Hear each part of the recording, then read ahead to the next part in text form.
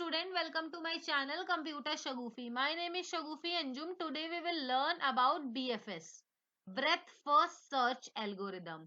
So let's start it. ये the most important topic है.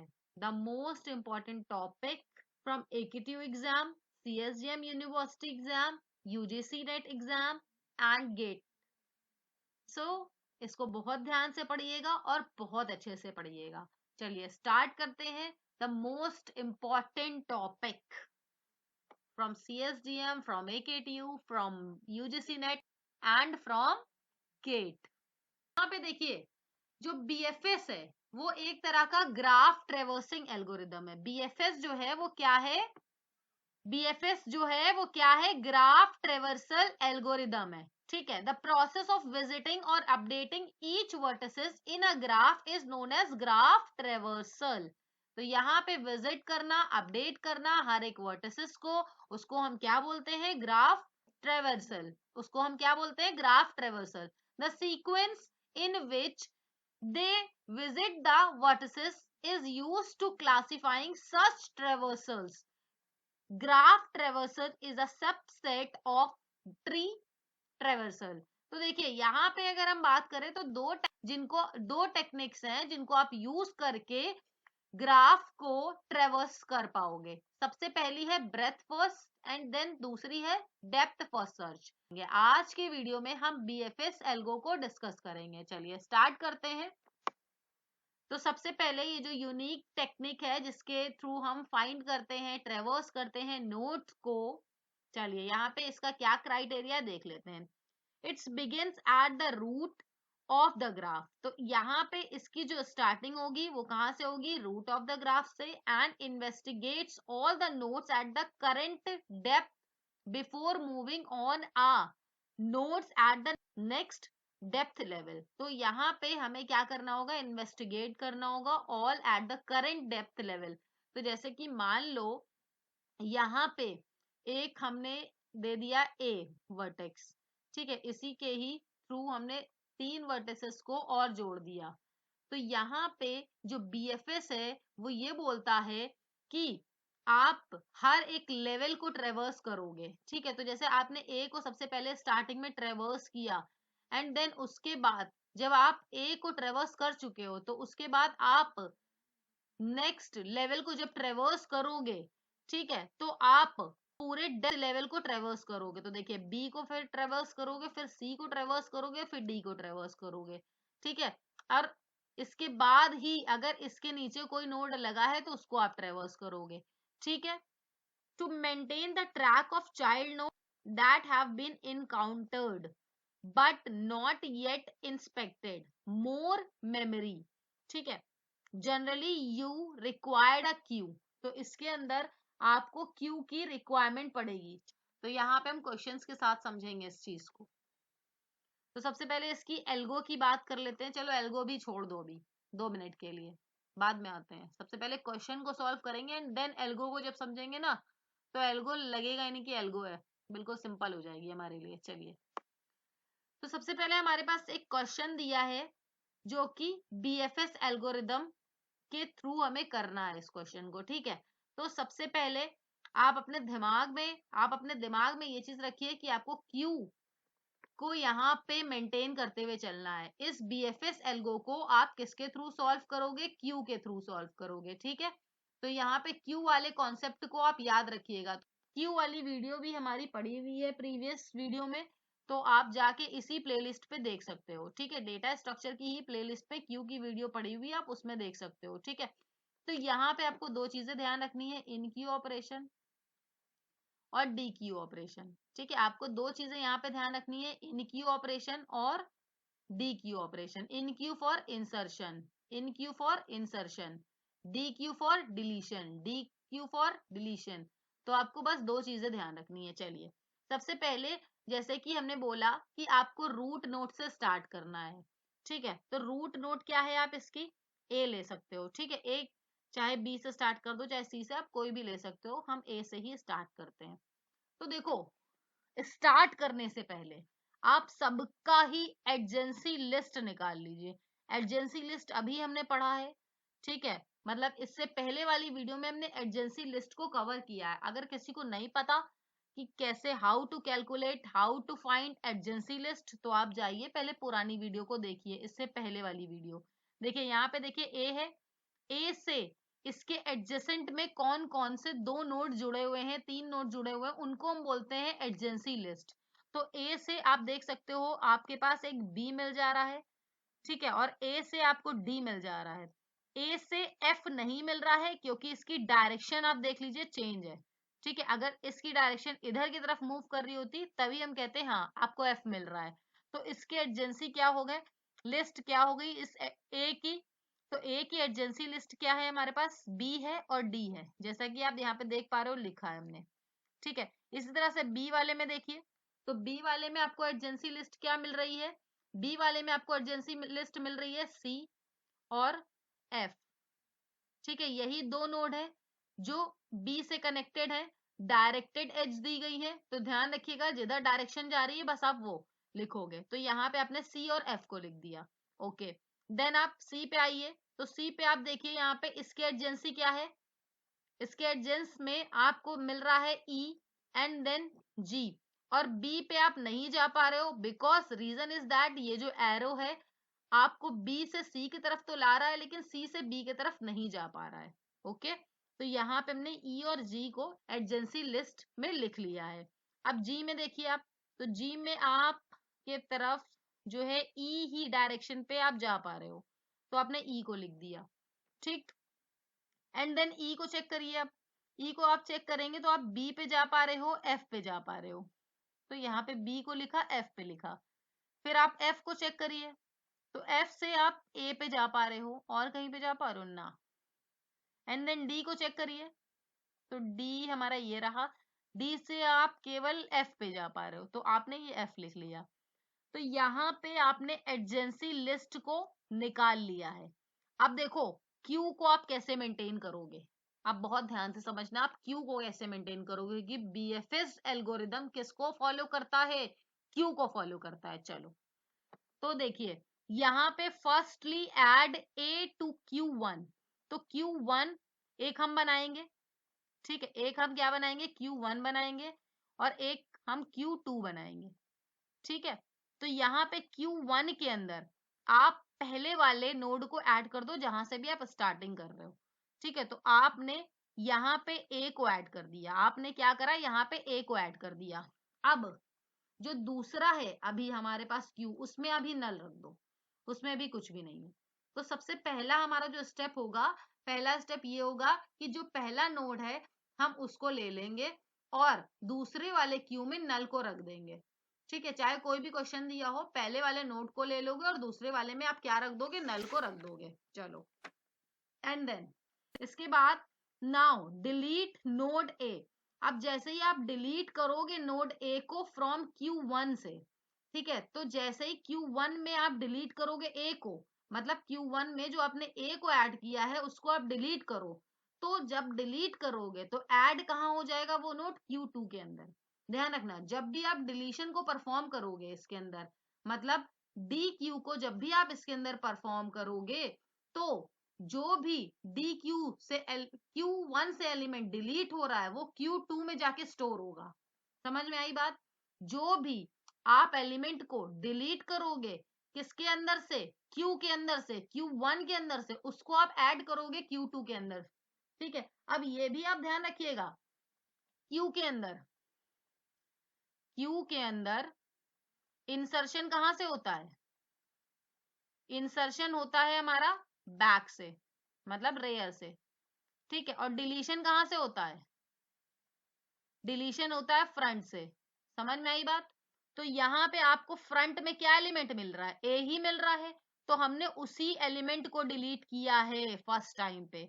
तो यहाँ पे जो Q1 है वो देखो क्या हो जाएगी, समझना इस बात को, और Q2 क्या हो जाएगी हमारे पास। तो Q1 में जब हमने ए को डिलीट किया तो इसके एडजेंसी वाले जो लिस्ट है हमारी वो यहाँ पे मेंटेन हो जाएगी, मतलब ए से जो भी दो नोड जुड़े हुए हैं, दो या तीन जो भी नोड जुड़े हुए हैं वो यहाँ आप लिख दोगे पहले तो, ठीक है। ए से जो भी नोड जुड़े हुए हैं वो आपने यहाँ लिख दिए, और फिर जो ए को आपने डिलीट किया था, हम क्या कह रहे हैं, ए को जब आप डिलीट कर रहे हो तो उसको आप क्या करोगे, उसको आप लिख दोगे दूसरे वाले क्यू में। ओके, इतनी बात समझ में आई? इस तरह से आप लिखोगे।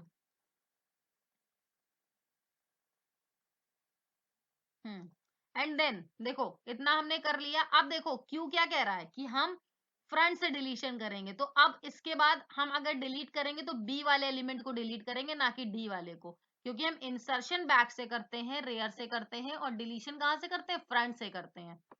अगर ये चीज किसी को नहीं समझ में आती तो क्यू वाली वीडियो को देखो जाके, उसके बाद इस वीडियो पे आओ। बीएफएस क्यू से लिंक है। फिर देखिए, नाउ डिलीट नोड बी। हमने क्या बोला कि आप डिलीशन कहाँ पे कर पाओगे, फ्रंट वाले एलिमेंट को। तो अब फ्रंट में क्या बेटा बचा है, बी बचा है, तो उसको आप डिलीट करोगे।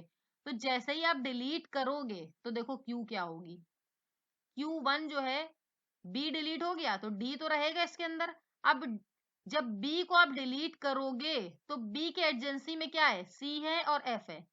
Q1 में उसको मेंटेन करते चलो।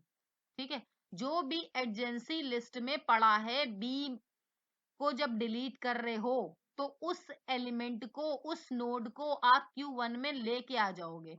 और Q2 में हमारे पास देखो डिलीशन वाले एलिमेंट आ रहे हैं, तो डिलीशन में पहले ए हुआ, उसके बाद बी हुआ, तो ये दो एलिमेंट को हमने लिख दिया। आई बात समझ में? अब देखिए, फ्रंट से ही डिलीट कर रहे हो तो अब क्या डिलीट होगा, डी डिलीट होगा, है ना।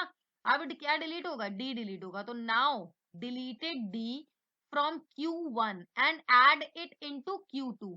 तो जहां पे हम डिलीट, यहाँ पे हम क्या करेंगे, डिलीट Q1 से में डी को डिलीट करेंगे, और ऐड किस में कर देंगे हम, ऐड हम करेंगे Q2 में। और जब हम डी को डिलीट कर रहे हैं तो इसके एडजेसेंट में अगर कोई भी नोड है तो हम उसको क्या करेंगे, इस क्यू के अंदर मेंटेन कर लेंगे। तो इसके एडजेसेंट में एफ है, और एफ को हमने ऑलरेडी मेंटेन कर रखा है, देखिए इस क्यू के अंदर है, तो हम कुछ भी नहीं मेंटेन करेंगे। और Q2 में हम क्या लिख देंगे, तो Q2 में हम लिखेंगे A comma B comma D.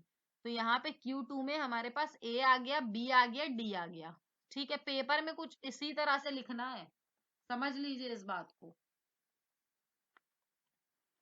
And then देखिए, इसके बाद यहाँ पे आप देखिए तो C फ्रंट में है, तो अब हम C को डिलीट करेंगे और C के एडजेंसी लिस्ट को हम लिख देंगे Q1 में। तो जब हमने C को डिलीट किया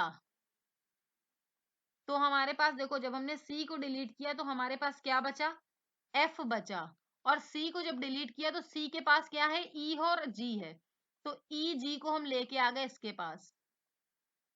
और यहाँ पे जो Q2 है उसके अंदर जो भी एलिमेंट डिलीट कर रहे हो उसको मेंटेन करते चल रहे हो। तो सबसे पहले A को मेंटेन किया था, फिर B को मेंटेन किया था, एंड देन D को मेंटेन किया था, एंड देन अब C को मेंटेन कर दिया। ठीक है, तो कुछ इस तरह से हमारी ये क्यू बनती चलेगी, क्योंकि जब हमने C को डिलीट किया तो उसके एडजेंसी लिस्ट जो है वो Q1 में देखिए यहाँ पे आ गए हैं।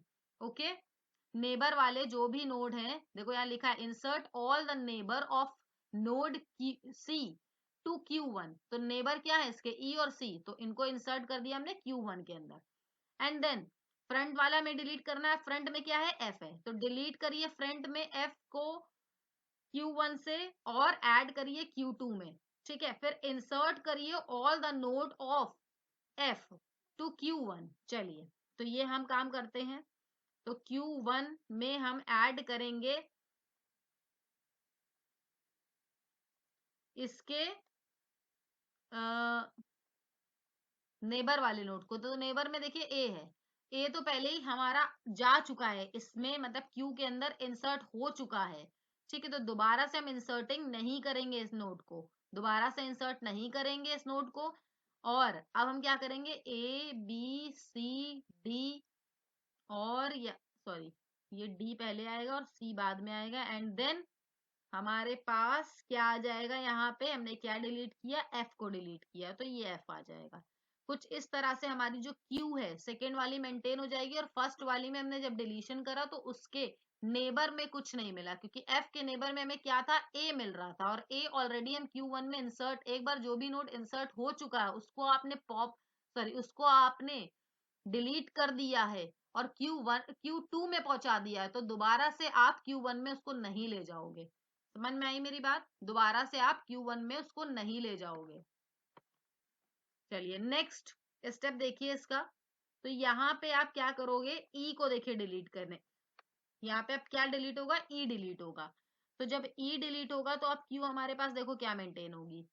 तो Q1 में हम क्या लिखेंगे, जब ई डिलीट हो गया तो Q1 में हम लिखेंगे जी, और ई के साथ क्या है, बी है और एफ है। तो देखिए बी भी हम पहले इंसर्ट करवा चुके हैं और एफ भी पहले इंसर्ट करवा चुके हैं, तो हम यहाँ पे इस नोड के अंदर कुछ भी नहीं लिखेंगे क्योंकि पहले नोड इंसर्ट हो चुके हैं, इसके जो नेबर वाले हैं।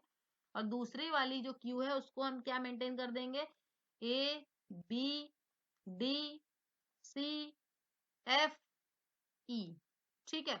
और इस एलिमेंट को अब हम क्या करेंगे, एलिमेंट को अब डिलीट करेंगे। तो जी को जब हम डिलीट करेंगे तो हमें क्या मिलने वाला है, तो जब हम G को डिलीट कर देंगे तो यहाँ पे कुछ नहीं बचेगा, और Q2 में हमारे पास क्या मेंटेन हो जाएगा, Q2 में हमारे पास मेंटेन हो जाएगा।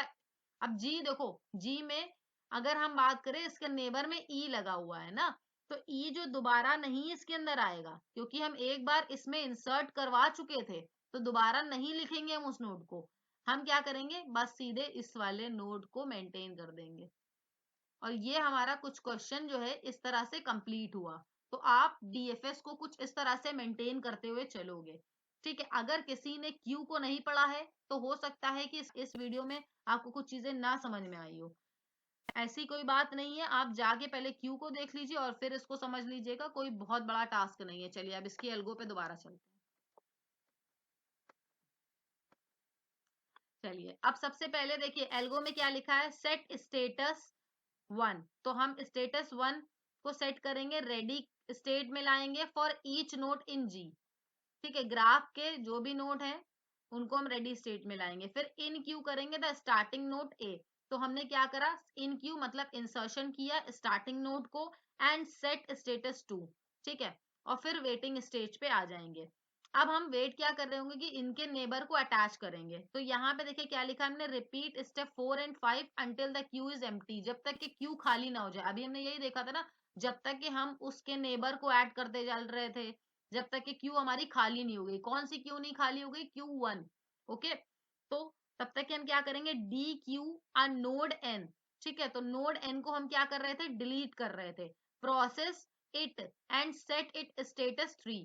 तो यहाँ पे हम इसको प्रोसेस कर रहे थे प्रोसेस स्टेट में। फिर इन क्यू का क्या कर रहे थे, in queue all the neighbour of N.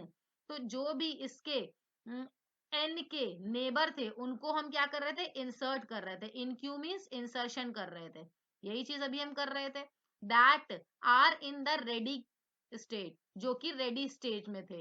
Whose status 1, उसका स्टेटस 1 था, एंड सेट हम क्या कर रहे थे, स्टेटस 2 में सेट कर दे रहे थे, ठीक है। फिर वो वेटिंग स्टेट पे जा रहे थे। और एंड ऑफ लूप, यहाँ पे एंड ऑफ लूप क्यों लिखा है, जब तक कि ये चीज रिपीट होनी है, जब तक कि हमारी क्या ना हो जाए, क्यू हमारी एम्प्टी ना हो जाए। और फिर जैसे ही हमारा ये प्रोसेस हो जाएगा हम एग्जिट करेंगे, बाहर आ जाएंगे। तो ये हमारी क्या थी, ब्रेथ फर्स्ट सर्च की एल्गो थी, बीएफएस की एल्गो थी, ठीक है। हमने एक क्वेश्चन भी देखा यहाँ पे और बीएफएस की एल्गो को भी समझा। होप आप लोग को समझ में आया होगा। लाइक कर दिया करो, सब्सक्राइब भी कर दो, अटेंडेंस को मार्क कर दिया करो मुझे, जिससे पता चल जाए कि कौन कौन ये वीडियो देख रहा है, ठीक है। Bye bye. So thank you for watching my videos. Subscribe my channel for more videos. Bye bye. Tata, मिलते हैं नेक्स्ट वीडियो में।